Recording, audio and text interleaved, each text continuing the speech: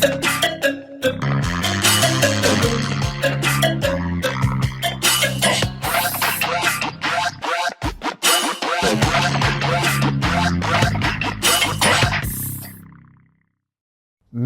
360. I'm going to call you that. How's that? Mr. 360. You can call me that. You can call me any number you want. Any number. Fantastic. Yeah. Welcome to the podcast. Thank you for coming on. Thank you for having me. In conversation. No, it's a real honor. I would like to just talk about your life and sort of your involvement with Fight Fit as well at some point. But let's start from the beginning. Whereabouts did you grow up? I grew up in Croydon. Croydon? Out Ringwood Way. Fantastic. Yeah. Fantastic. How was your upbringing? How would you define your upbringing? Man, I was raised with a really good family, middle class. My old man, he just busted his ass to provide for us. Right. We were super tight. It was me, my brother, and my mum and my dad. Mm-hmm. And I started playing basketball from a really young age, from about 5. Mm-hmm. And that quickly became like my biggest dream, I think, in life. Yes. Was just, all right, I'm going to do this. This is my whole life. I'm going to be like Michael Jordan and go and play overseas and all this kind of stuff. Mm-hmm. And man, it became like everything to me. Playing basketball before school, like training before school, after school, every night, you know, kind of thing. And then got to like my teenage years and started playing quite seriously in the ABA. And was like, yeah, I'm going to go play college ball in America and stuff like that. Wasn't really that good though. Like, what position did you play? I played like shooting guard, but I also played like, they put me on the post a lot because I was tall. Right. But I just wanted to shoot threes all the time. True. But then, man, I was around 18 years old. I started getting like real weird vision. Like my vision started going blurry. Mm-hmm. And I got all these tests done and found out that I have a disease in my eyes and had to get all these surgeries done and get like a transplant in my cornea and all this kind of stuff. And then once I had all the stitches removed, I was blind in my right eye. Yes. So that was kind of difficult to play basketball after that. Right. I had like a contact lens that I could put in and it would improve the vision a little bit, but during the game it would fall out and then I'd have to stop the game and look for the contact lens. Oh, wow. Like, it was a punish, man. Yeah. And that quickly destroyed my my drive for it. But simultaneously I was rapping as well. I started rapping when I was like 14. So when the vision went bad and basketball was kind of not it anymore, yes, it was kind of a blessing. Like, I didn't realize it at the time, it crushed me, right. But rap was the only thing that I had left after that. Okay. So once basketball was gone, I was like, all right, I'm just going to do rapping now. And right. Met my best mate Pez playing basketball together. We started making music, and then we just eventually started getting played on the radio and stuff like that. Fantastic. Is it true that your original rap name was Casper? Is that true? Hey, you've done your research.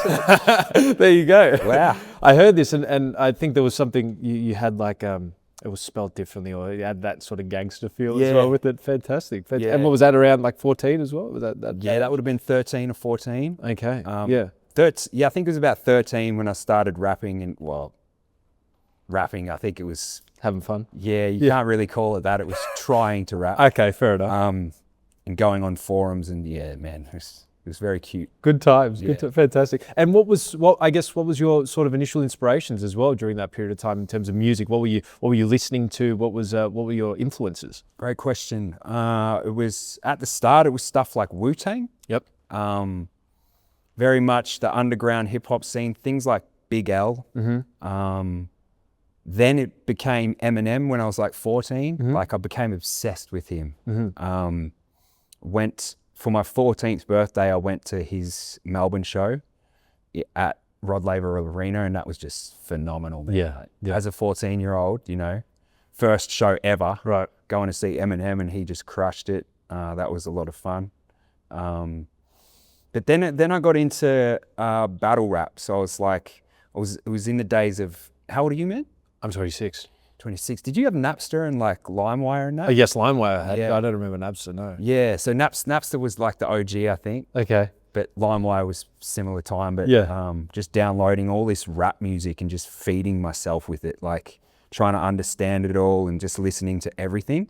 And then listening to battle raps, like all these battle rap competitions like Scribble Jam and stuff like that. I would just froth it, bro. I was really into it. And then at about 15, I started entering these like little rap battle competitions in Melbourne. Yes. They would have these underage events and you'd go enter, they'd pull your name out of a hat and you'd jump up and you have to rap battle someone and Great. Yeah. freestyle. And yeah, that was actually really instrumental in helping me develop the skills necessary to be a rapper. Right. You know? Yeah. Right. And what were you interested in terms of like the actual art form? What piqued your interest there? Was it the lyrical stuff, or was it the attitude as well that came with it? What? It's definitely the attitude. Yeah. Definitely the attitude. But it was also the rhyming, man. I remember from the very start, I became obsessed with seeing how they rhymed words. Right. And like at the start, you when you first start like exploring rap and stuff like that, I just thought that it was rhyming, you know, cat with bat, and Right. that was all it really took. And then I started listening to these dudes who were rhyming like multiple words. They were rhyming like 5 syllables at once, and I was like, wait, they're doing more than just one. And then I just got consumed with that. Right. Like I was like, this is incredible. And just realized how many rappers were actually doing that. I think it's underappreciated how much talent that takes to do that. And also the punchlines, man, you know, like a lot of the wordplay, like Big L just had so many bars that were just like so ahead of their time. And I just got kind of obsessed with it, man. So it sounds like you also like you appreciated the genius of it as well. You appreciated the art form, of course, but there was an intellectual curiosity as well. It sounds like as well. It's like, oh, how are they able to do that? Be able to replicate that? Yeah, and what you said, man, the attitude thing was a big thing. Yeah, like yeah. it was very raw. I think anti-authority, and I think because I was like this little kid from a middle-class family, I desired to be that. Like I wanted to be hard. I wanted to be from the tough. street. Yeah, but I wasn't. Right. But I thought that in order to fit in that I had to pretend I was. Yes. So I went through that kind of phase of being a kid who just shaved his head like real short and just wear all these like baggy stuff. Like, Yeah. So it's part of the attitude. yeah. Part of the attitude. Yeah, I embraced the culture, but just was not from that. Right, I understand. And would you say that your early music at that point reflected that attitude as well? Was it trying to be? Yeah, mate. Yeah? Yeah. Like if you listen to some of my stuff when I was 14, I was rapping about robbing people with Glocks and stuff, Oh shit! Yeah. which was pretty adorable, but just just fake. But it was funny, man. It was with an American accent as well. True. Wow. So I was trying to just impersonate what I was listening to, Yeah. but I didn't do it very well, you know. Okay. But so you were saying essentially that there were the US influences there, but you ultimately were just trying to prove something as well. You tried to have a certain persona, and obviously that did have an effect on people, because I believe it was around 18 or 16, 18 you started to actually pick up some serious success with your work as well. Yeah, I got signed when I was 16. 16, yeah. But I was like, I had this kind of mentality that, you know, I can't make it in the rap world because I wasn't conscious of this. It was a subconscious thing, but because I was from a middle class family, I wasn't a hardcore dude. I was like, no one's going to accept me if I'm just myself. So I was like portraying myself as this kind of tough dude and this raw cat and that. And it was very cringe, but like, I was like, man, overcompensating. Right. Real hard. And, but the music was very reflective of that too. Like I was like shouting. It was just really raw. Yes. I think it had the technical side of it was good, but it just wasn't authentic. Right. And do you think that if you had leaned into sort of your authentic self during that period of time, there might not have been the same success that you had early on? It's actually a really good point, man. I've never actually thought about that. I don't think I would have been accepted back then. Really? Nah, I don't think people were ready for that then. I feel like by the time I was in my early 20s when things really kicked off, that's when I started embracing who I was. Yeah. And that's when it worked for me, but people were ready to hear Aussie hip hop then. Yes. I think back when I was doing it at 16, it was so underground. It was like this niche little market. People weren't ready to hear some kind of middle class kid, I don't think. True. Okay. But I might be wrong. Yeah, but you're saying essentially you there was obviously there was a certain ethos to the world that you needed to tap into in order to be accepted, or else it wouldn't have gone too far.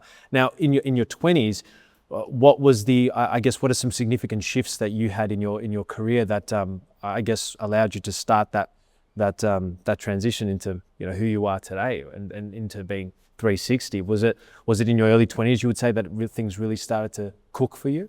Yeah, so me and Pez were just like, we were constantly writing music. I was trying to be a chippy at the time because when I stopped playing basketball, it was like, well, I've got to do something with my life. Yeah. But he was, man, I never thought rap could be a career. I was always just like, oh, it's just a hobby, Right. And for some reason, Pez always had this belief that we could be the biggest rappers in the country. And he was like, dude, let's just focus on doing rap and we'll become the biggest rappers in the country and then we'll live off rap. How old were you when that sort of revelation occurred? That would have been about 20. 20, okay. Yeah. And I quit literally the next day after he said that. Wow. I quit via a text message. Yeah. I was doing an apprenticeship. The guy was looking after me and then I quit via text like a puss, man. Yeah. But yeah, I got on Centrelink and we just went to town. We were just like, all right, we're going to be the biggest rappers in the world. We're quite confident and cocky about it. Yeah. And yeah, we just started going to town, man. And then we had all these goals. We wrote all these goals on this vision board and stuff like that. And in about, I think it would have been 3 years, we had our first taste of it. Me and him released a song called The Festival Song. Yes. Got smashed on radio, and that for me was just like, holy, we can actually do this. And then I just doubled down and just started going in. After the success of the festival song. Yeah. And was that at that point where that sort of switch happened where you're like, okay, I'm going to go all in. Right? So it's immediately after that where things start really pushing for you. Yeah. I was like, okay, we can do this. So then I started writing even bigger goals, just reaching for the stars. I thought it was pretty outlandish, the stuff that I was trying to aim for.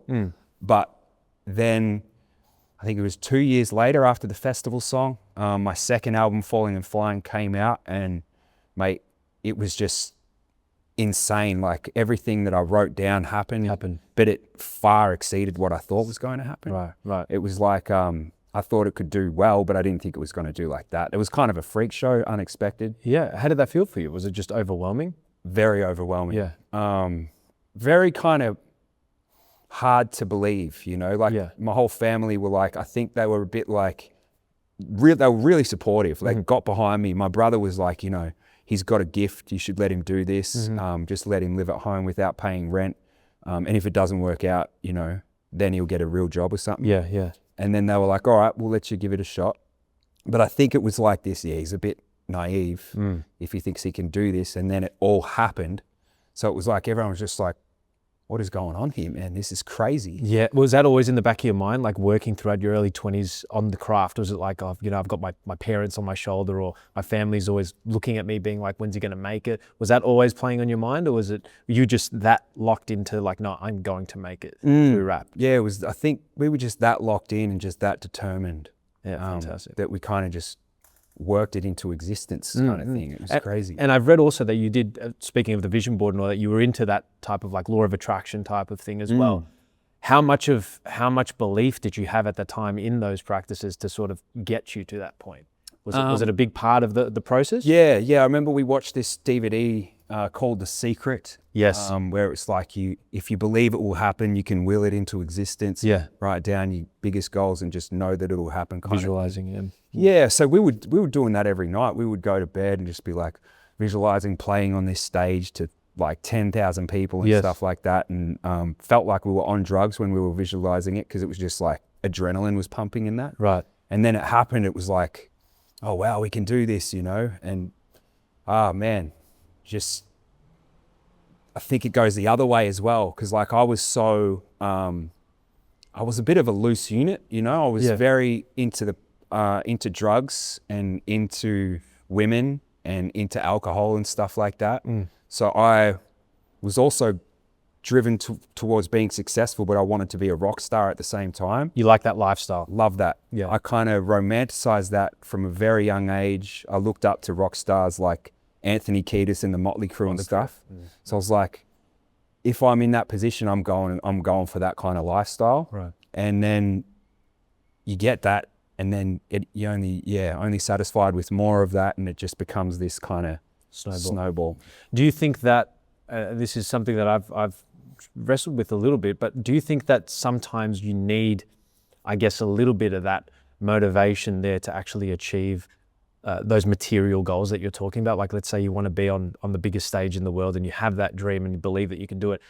Does it take a little bit of that type of pride and that type of give me more selfishness in order to succeed in those moments? Or can you actually just go through it and just be committed to the craft and let the craft take you there, as opposed to like, I just want to conquer? Right? Is there, do you think that there's something to be said about having that aspect of selfishness in order to be successful there? Yeah, I think so, in the sense that like you are so determined and so focused on it, it can't not happen. Right. Kind of thing. It's like you're just not going to stop until it happens. Yeah, but yeah. At the same time, that can make you quite egotistical about it, because you're just like, it's all you really care about. Yes. You don't care about anything else. And if no one's on board, you don't need anyone, kind of thing. It's like this is all I care about. This is what I'm directing my entire life towards. You can get on board or just F off, kind of thing. Yeah. So single-mindedness. Yeah. But I think there's a balance, man. Like, I think you can be driven, but like now my life's in a place where I'm very driven and very ambitious, but I'm not chasing it like I was back then. You know what I mean? Like I'm cool with whatever happens now. If it goes well, great. If it doesn't, that's okay too. Okay. And there's a certain balance that you need, as you said, in order to obviously maintain sanity, but at the same time still achieve those goals that you would like to achieve. 100%. Now, you mentioned that you were a wild character during that period of time to a degree.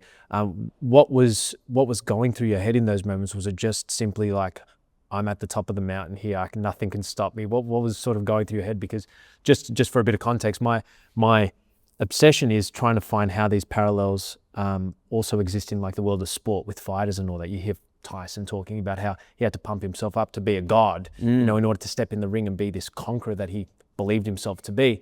But beneath all those layers, he saw himself as someone who was quite small. There was this compensation, like you talked about earlier. Was it the same for you in this period where you were like, I'm this, I'm the best, I'm reaching the zenith here, but deep down you kind of felt like something was off? Not to psychoanalyze, by the way. No. Sorry, mate. It's a great question. So I feel like I was really into the partying before it all kicked off, right? But because I had no money, it was just a weekend thing, and I was on Centrelink, so it was like, you couldn't really go that hard. Yeah. On a Friday night, you might go out and have fun. And then suddenly it's like the music kicked off and we had all this money. It was like, at the time, it felt infinite. So it was just like, why stop? Why not just keep going and make this like part of the lifestyle? Yeah. And it was just having fun at the start, but it was like the heights that Falling and Flying reached, man, it got so massive. Like, it won so many awards. It had all these accolades and all these platinum plaques and all this kind of thing. It was just like I had attained everything that I ever wanted. Like, I had got all this fame, got all this money, got all the access to all these women, the status and the following, all that kind of thing. And I was like, it felt like, oh, I'm a king now. I've made it, kind of thing.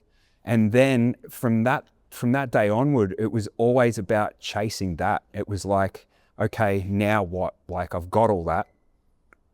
I thought it would make me feel a little bit different. Like, it's good when you attain something that you've been working towards. Yeah. It's like, finally, I've achieved my goals. But then it was just like, the only thing that's going to satisfy this feeling is more.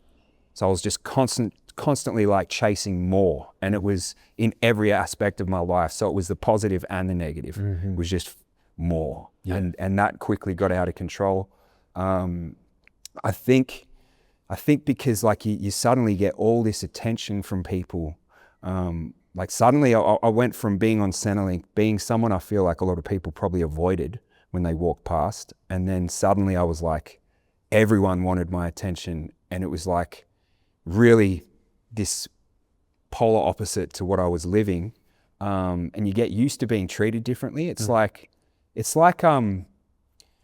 when you board a plane, man, and it's like they call everyone to board if they've got like business class seats or priority access, and you feel all big notey because you're walking in this line before everyone else. Yeah. It becomes like that in every aspect of your life. You get treated like you're better than people. You get treated like you're more, and then I think it's hard for that not to go to your head. Of course, yeah. And it's hard for you to actually think that, like I've met so many people in this industry who have got some sort of success and genuinely believe they are better than other people because of that. And I like to think that I didn't get like that, but I'm sure I did, man. I'm sure there were moments where I was like, oh, I deserve to be treated better or whatever. And man, it just, you get humbled real quick when suddenly like the music career, you fast forward 10 years and it's not doing that well. Suddenly I'm addicted to drugs and I'm overweight and I'm really upset and depressed. And it's like my whole identity and my self-worth was tied to my success, but it's no longer successful. It's like my career went up like that, then it went down, then it went up a bit, and then it went bang down. And all I wanted it to do was go back up again. Yeah. And that was like just chasing that constantly. But the most freeing part was getting to the point where I no longer needed that. Once I no longer needed it, it's funny how it kind of just went up, back up again. So you just stopped chasing it? Yeah. As soon as it didn't matter that much to me anymore. Like it's still great. It's not near the level of success that it was before, but I'm no longer, I don't feel like my identity is tied to it like it was. Yeah. You've found a tranquility that sort of goes beyond the vicissitudes of the ups and downs of your career. That's what it seems like. And do you think that, I know because you've had obviously multiple transformative experiences in your life, just from what I've researched, would you say that, for example, I know that you've recently converted to Christianity, or maybe in the past couple of years, right? If I'm not mistaken, was that part of the I guess the process of freeing yourself up and being more at peace with who you are at this point in your career, or did that come afterwards, or was it around the same time? Great question. So about 5 years ago now, I was in rehab for like 4.5 months, getting off all this hectic stuff. And I got out and I was like, okay, it's time for me to just sort my life out. And I got myself to a pretty healthy place, physically, mentally, and my career was doing okay as well.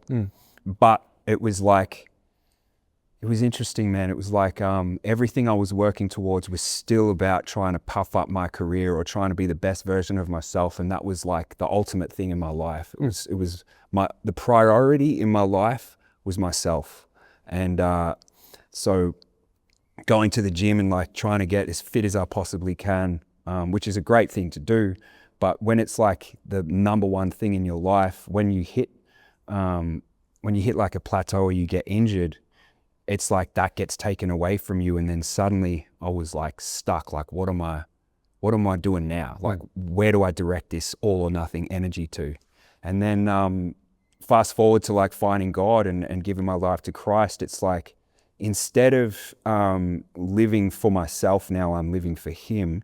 And like, it's interesting because you do, like you looking after yourself and going to the gym and being ambitious and working towards your goals is all great, but it's not the ultimate thing in my life anymore. So if I'm just living for Him now, I can take or leave anything else. Like, it doesn't define me anymore like it used to, you know what I mean? Because He defines me. Does that make sense? Yes, of course. You found a new identity in God, essentially. And it's, I hear this from a lot of people who have these transformative religious experiences, and they say that it's actually only until you get that right first, you establish yourself in I guess a religious attitude and a religious way of life, and then everything else falls into place. But a lot of people do it the other way around, and not because they've made a mistake, but it's just not in their purview at that point in their life.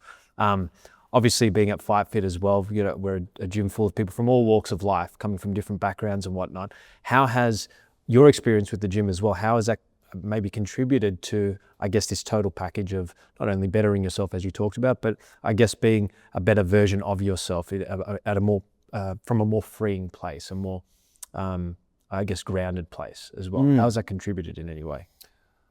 Man, the just training in general has been huge for me. That, especially being an addict, like being a drug addict and stuff like that.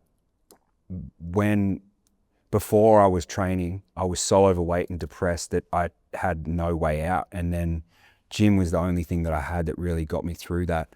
But starting the kickboxing, it has been a journey, but it's filled me with so much confidence. I think, like, I used to love the feeling of going to gym and like doing a workout and stuff like that, and then leaving and feeling like, man, I got this like natural high. Yeah.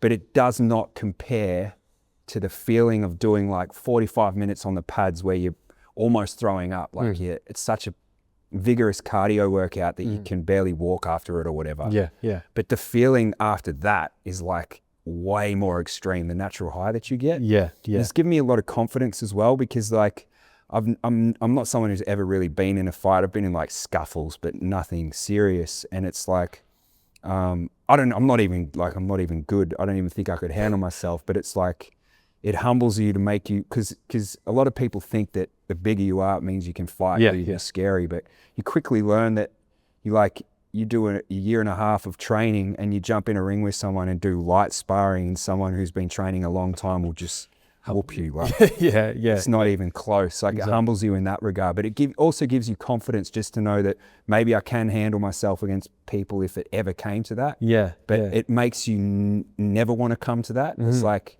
I would never want to fight. I would do anything to get out of a fight, especially now that I know I can't fight, you know? Right. But you only realize that until you jump in the ring. Yeah. That's the point where you realize. That's why they say like gyms like this are so humbling, because, you know, as Mike Tyson says, everyone has a plan until you get punched in the mouth and that goes out the window. But it's just talking about sort of the relationship to religion as well. It's just thinking back to all the fighters as well, very successful fighters who have a deep reverence for God, even if it's, you know, from other religions like Khabib Nurmagomedov from the UFC or Manny Pacquiao.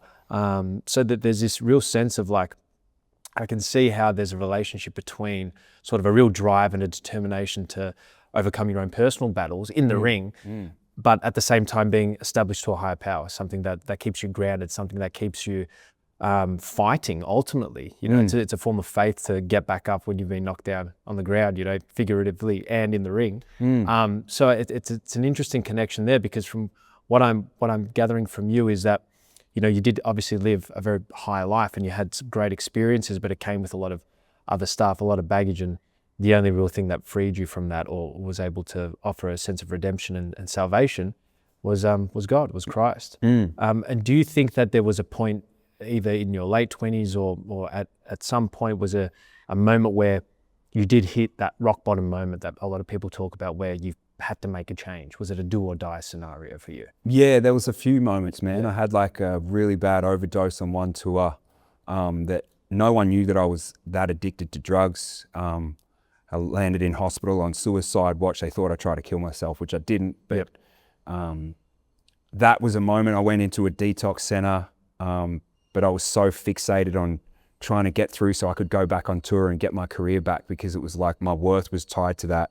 That's all that really mattered. It was like I was willing to sacrifice myself if it meant that 360 was seen. It wasn't even doing well if I was seen to be doing well. Yeah. It was really weird, man. And then had a few moments like that throughout my career. And then I think it was about 2019 where I was like, if I don't do something about this, I'm just gonna die. You know, I was so overweight. Did you mean that? Did you actually think that was going to be it? Yeah, man, I was abusing it. I was on methadone and I was really abusing it like badly. And it would have ended really poorly because I was combining that with benzos, which is like the same type of stuff that killed Heath Ledger. You know, I was dabbling in that. I've been doing that for a long time. And then yeah, man. And I think even in rehab though, I was still struggling. I was still messing up and getting high in rehab. And since when I got out, I was like, all right, I'm going to make this decision to become the best version of myself and work towards that. I got my life in a good place, but I was still slipping up. Like I was still, every now and then, if I was feeling a bit bad, I'd take a little bit more of what I was trying to wean myself off. Yeah. And I think when you become an addict, you lie so much and you manipulate yourself into using and getting high so often that you get to the point where you believe the lies that you tell yourself. And then when I gave my life to Christ, it was a very radical shift in that regard, because suddenly, like, I'm on all these medications that I feel like, all right, I've got to get off all this stuff now. I want to be sober. I want to be clear-headed for him. But then you get those urges where it's like, oh, this would be a moment where I would take a little bit more and feel something. But with him there, it's like I couldn't do it anymore. I could no longer lie to myself and manipulate myself into abusing those drugs. And it's been wild how transformative that's been, in that process of just weaning off those medications that I was on has just gone crazy over the last 2 years. Yeah. And I think, man, that the element of surrender has been huge when it comes to God. It's like, I did a tour about 3 years ago, which was like a capital cities tour. And I just did a tour like the last 2 weeks, and I compare them, and I'm like looking at it, and like the tour I did 3 years ago, I feel like I was in a good place mentally and physically and all that, but I wasn't in a great place on stage. I felt uncomfortable, felt very self-conscious. I felt almost desperate. Like I really wanted people to approve of me. I really wanted their validation, but I didn't feel comfortable. And then I fast forward to this one, and it's like, man, I've never felt more comfortable on stage, and I didn't care about that validation or approval anymore. It was like this ability to just, all I need is God's approval, and all I need is, I don't need validation from the world because he sees me as valid, if that makes sense. Of course, yeah. And that element of just submitting and being like, it's all good if people don't approve of me now. And it's also interesting too, because like, I'm not someone who's been Christian long, so a lot of the people that are coming to my shows aren't Christian.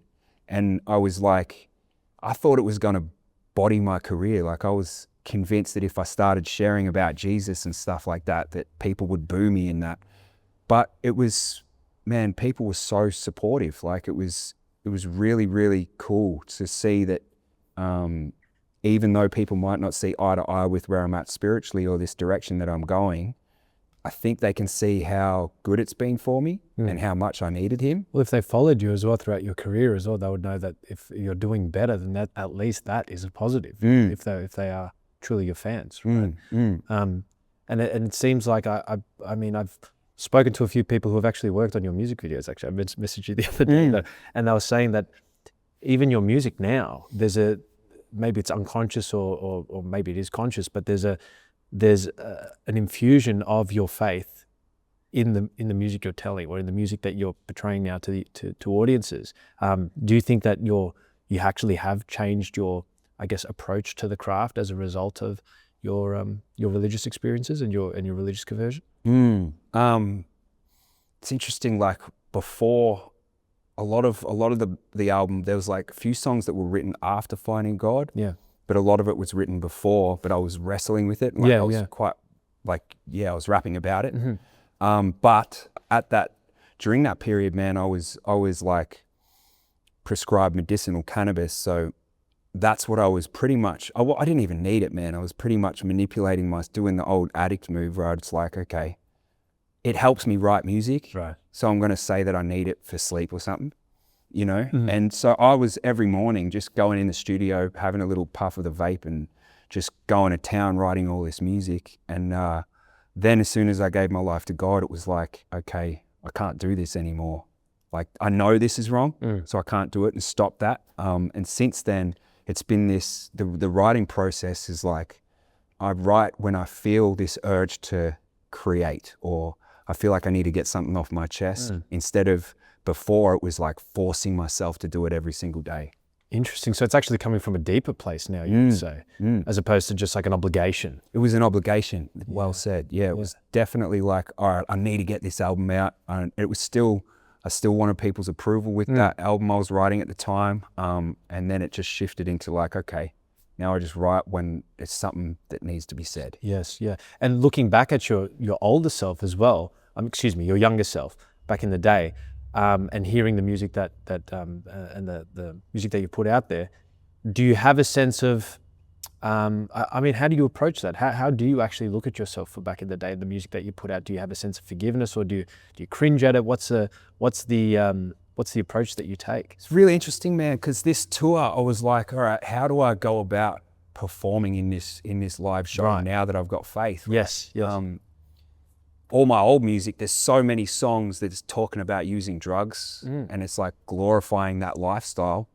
And I was like, I just started praying on it. I was like, can you show me how you want me to go about this tour in every area? Also, I was like, show me how you want me to share about my faith too, because I was very mindful. If I just come out the gates being like, you guys need to repent, you're all sinners kind of thing, people are going to be like, whoa, you know what I mean? So I was like praying for guidance in that regard. But I just felt like the more that I meditated on it, the more I prayed about it, I felt like he was leading me into telling a bit of a story with it. So like showing people usually I would do my set and I would space out all of the biggest songs and I would keep the energy up, then kind of go down and go up again and just kind of keep it up. Yeah. And this, I felt like he was saying, tell the whole story where you started, beginning to end, and go in chronological order and be like, so it was like telling two stories where people saw 360 going, but where Matt Colwell was going at that same time. Yeah. And going through that process and doing it chronologically was really interesting, man, because I was like, there's so many songs where I'm actually rapping about like prayer, and I'm rapping about God, and I'm talking about forgiveness, and rapping about family, and all these aspects of myself that I've learned are actually biblical values, you know, that I feel like maybe it was God's hand in it, or maybe there was parts of me that was wrestling with it the whole time. But yeah, there's some stuff, man, like I've just cut out because I can't even bring yourself to say it. I can't do those songs, which disappoints a lot of people, because a lot of people are there, they start yelling out, oh, where's this, you know? But man, there's like this one song called Hammerhead, you know? I thought I was just being very funny. I thought I was joking around and making lighthearted comments about taking drugs and needing more. Yeah. Man, I've had people reach out and be like, I'm so glad you became Christian when we were young and like 14, we used to listen to Hammerhead, and that was the reason we started doing drugs. And I was like, bruh, that is crazy. I never thought that I would have that effect. Yeah. So I can't in good conscience do those songs anymore. So I've cut a bunch out.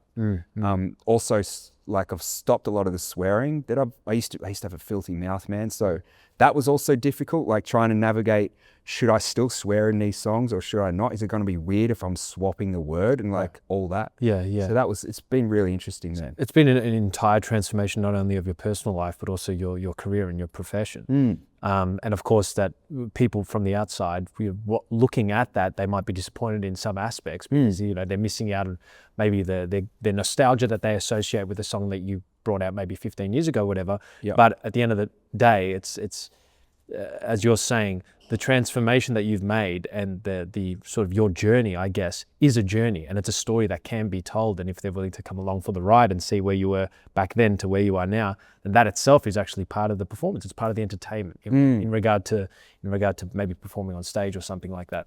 So I'm curious to find out.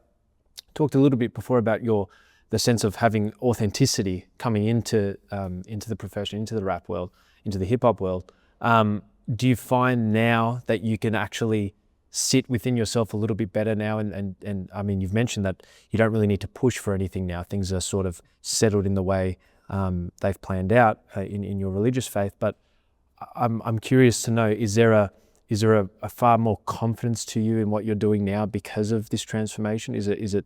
Are you more comfortable with where you are in your career as well? Would you say that?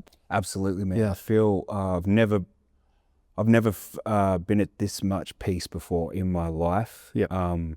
It's funny when you go from being a massive people pleaser, caring about people approving of you, and then becoming a full-blown Jesus freak. It's like people don't approve of that. You know what I mean? Yeah, like it upsets people. When you mention the name Jesus, like it'll automatically make people go, "Oh, this is getting into weirdo territory," kind of thing. But it's like, I think it's evidence of how powerful it is in the sense that it doesn't bother me now. You know what I mean? Like I get why, and I respect that people have their own journey and they might not want to hear it or whatever. But for me, I'm just going to be honest with where I'm at. Yes. And I'm going to share authentically. I think I've always desired to be someone who stood for something, but because I desired people's approval so much, what I stood for depended on what people approved of. So it was like who I was changed with the tides of the culture. Yeah. You know? Yeah. My views, my morals, my politics and all that were always just shifting depending on what was going on at the time. And now it's like to this point where it doesn't even matter what I think anymore. My morals and my views, everything is decided by God. It's all written in the Bible. So it's like, I don't have a say anymore, if that makes sense. Yeah. It's an aspect of surrender, like you're talking about. Now, in terms of the craft itself, have you, I guess, do you find yourself, because I'm thinking back to obviously the famous days with Cursor and whatnot, rap battles and everything. Do you find that it's harder to even engage in things like that anymore? Is that something that's on the horizon still? But how can you approach it from the place that you're at now? Yeah, that's a great question, man. So like I've been talking to one of my close friends is a battle rapper called J Legend. Yep. And we were talking about battling one another. We're very good friends. So it would come from a place of being quite playful. Yeah. But we wouldn't be trying to take each other's head off. Right. But that's the question we're both at the moment. Can I do this? Like as a Christian, can you rap battle someone? Because the idea is to tear them down. Yeah. And that's not what a Christian's meant to do. But I think when it comes to comedy, I think it's entertainment. I don't think we have to be that rigid with it in the sense that like, okay, this isn't edifying, so we can't do it. Well, it's the same thing with fighting as well. Exactly. There's that tension with like fighters who are religious and they don't want to hurt each other, but at the same time they're boxing or they're in the UFC or whatever it is. It's like finding that I guess it comes from a place of intention. What's the intention here? Like what are you trying to get out of it? If someone's going out there to hurt you, either in a rap battle or in the ring, then that's one thing. But if you're coming at it from the perspective of let's just test each other's skills, then maybe there's something a bit more edifying, as you said, in that than just going for blood. Yeah. And I think the language is what will be different. Like in the past, I would have been swearing my head off and stuff like that. But if I do it this time around, it'll be a lot more measured. Right. Yeah, formulated. Very interesting. Very interesting. Now, what's on the horizon for you outside of that? What's the I guess what's happening career-wise and where are you going essentially? Man, it's a great question. Just finished a tour, so I've just put out my 5th album as well, about 2 months ago. So from here, I'm not sure. I just want to leave it up to God. It's been a real blessing to have a lot of free time after the tour to just like go in, like reading the Bible and praying so much every single day. And wherever he leads me, I'm down to do whatever it is. Like, I do have a feeling that it'll be shifting my message and my music towards Christ now. But doing that in a way that's not what people would expect, I think. When I was going into because I've been sharing about my faith pretty full on my stories on my social media and stuff. I'm just being authentic with what's happening. But I think a lot of people were like thinking that what's he even going to do on this tour? Like, is he going to fly off the rails and just go off the deep end? But I think people were pleasantly surprised that I wasn't too intense with it. I don't want to be too much. I want to gently step people there if I can. But I think it'd be really kind of poetic that for my next album would be my 6th album. Every album, all of my 5 albums was just been wrestling with this addiction, with status and stuff like that, with seeking approval, and then to end it pointing towards Christ, I think would be really beautiful and really poetic. So that's the direction I'd like to go. But also, me and Pez doing music together, so I think that'll probably come first. Yeah. We're doing a podcast together as well. We've put out season 1, and like we're on the same page spiritually as well. So I think combining our efforts together would be a good thing. Actually, that's a question I have for you as well, in terms of like the support around you. How has been the reception from your family and from your friends, your closest friends? What's the reception been like there in terms of your conversion? Great question, man. So I think on the front end, a lot of people were like, okay, what's going on? This is full on, you know? My parents were a bit, oh, what's happening here? But when they saw how much it changed me for the better so quickly, they were like, this is the best thing that's happened to you.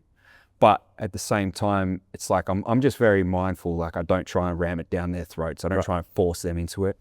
As far as people around me, I think same sort of thing. It's been, I think I've got some really good mates that are just like, they might not be down for becoming a Christian or whatever, but they can see how much it's helped me, and they know how much I've needed it. And they respect that, you know. If I'm well, they couldn't care, you know, why. I think they just respect that I'm better. Right.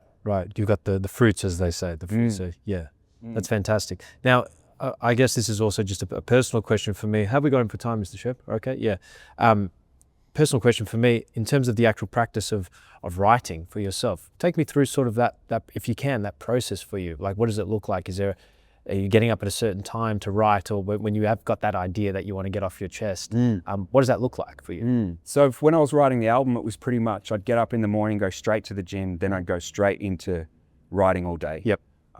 Now I'm just like waking up in the morning, I read the Bible for about 2 hours. Then I'll either go for a walk with my mum and dad, or come here to train. Then I'll go to the gym and then come home. But the writing process is very inconsistent. So it'll just randomly, I'll feel like, oh, I've got to write. So I'll just go downstairs and write. But the rest of my time is spent either reading the Bible, listening to sermons, or praying.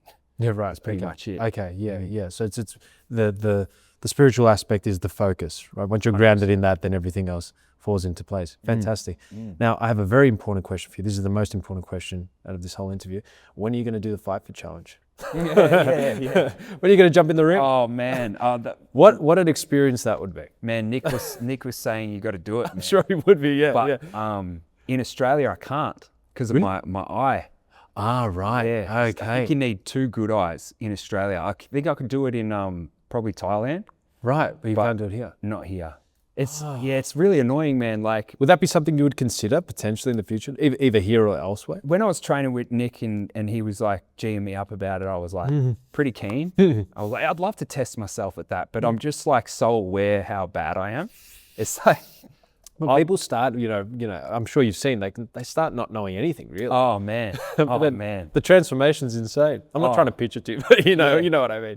Yeah, but no, it'd just be exciting because I've seen, speaking to the guy before, Mark John, who he overcame cancer. He had such a crazy life, and to see him from where he began to where he ended up was insane. Just not only in the ring but outside of it as well. So it's great how there are a variety of ways people can have these sort of transformative experiences, but obviously they're to different degrees as well. But it's just great seeing people better themselves in new ways and coming and leaving, I guess, either the challenge or anything really from a place of security. There's a certain security that I've seen from so many people who do the challenge, which is insane. And you get that obviously through various means, and to different degrees, as you mentioned. So anyway, I would like to say thank you very much for doing this podcast. I think it's been a very enlightening conversation for me, and it's a great honor that you've been able to join us. So thank you, Mr. Thank you so much. Thank you very, very much. I appreciate it. And it's a great conversation. I think we should do it again. At some point, for sure. For sure. Thank you very much. Good luck with everything.